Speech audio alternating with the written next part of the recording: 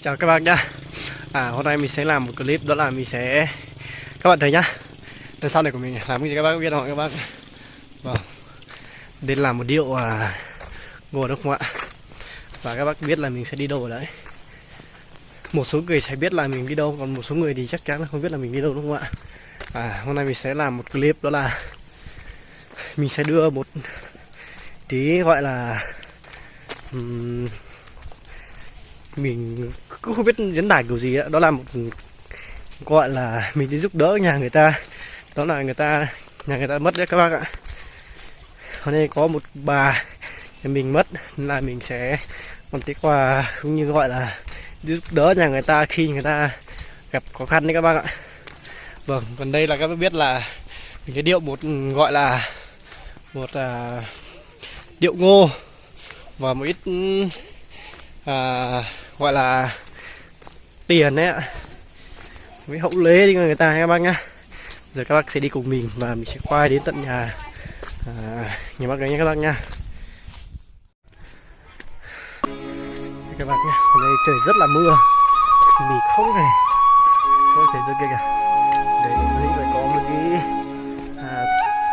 tôn mà nó có màu xanh nhá. Thế là nhà họ bà mất đấy các bác ạ.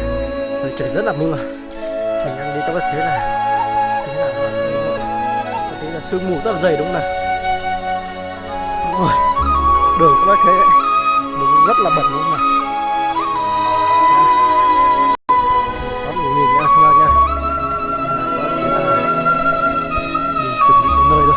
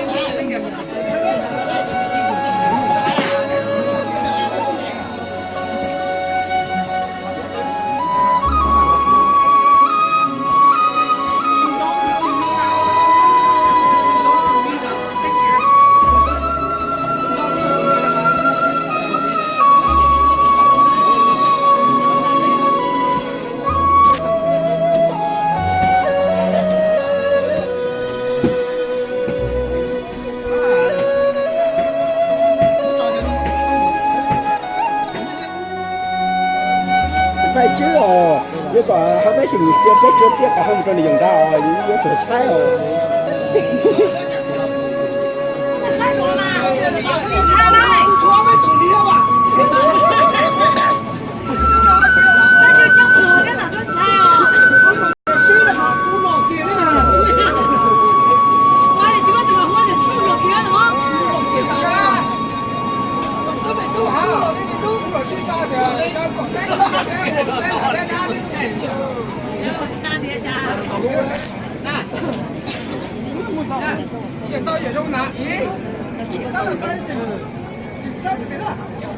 đây cả đâu số từ đầu tiên họ cho số Hãy subscribe cho kênh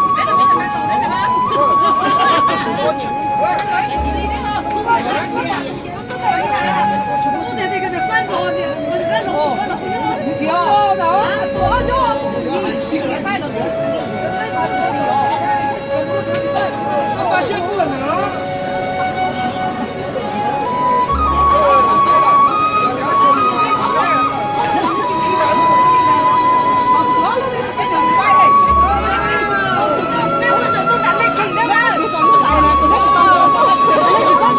hấp dẫn.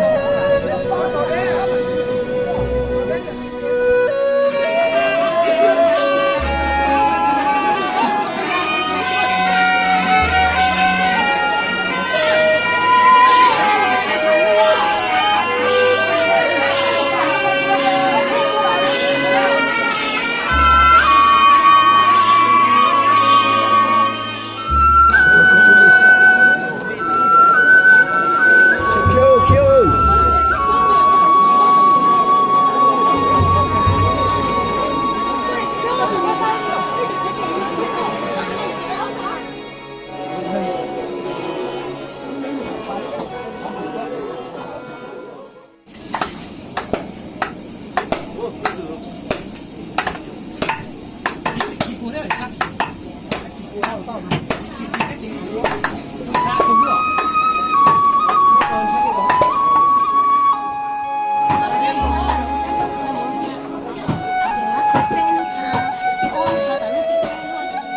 một hành trình tôi đã từ nhà họ đã về các bạn ạ. Kìa, đây là họ về các bạn nha.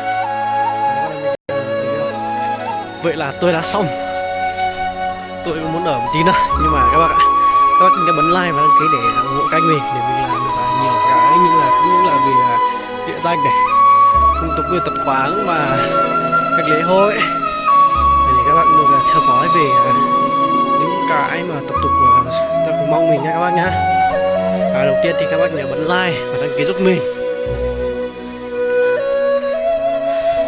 Tí tối thì mình sẽ qua lại như kiểu hàng xóm chúng ta phải biết giúp đỡ cho các bác ạ, nên thì tôi sẽ qua lại tôi, nếu được thì tôi sẽ tiếp tục quay về một số cái mà tôi chưa quay được nha các bác nhá.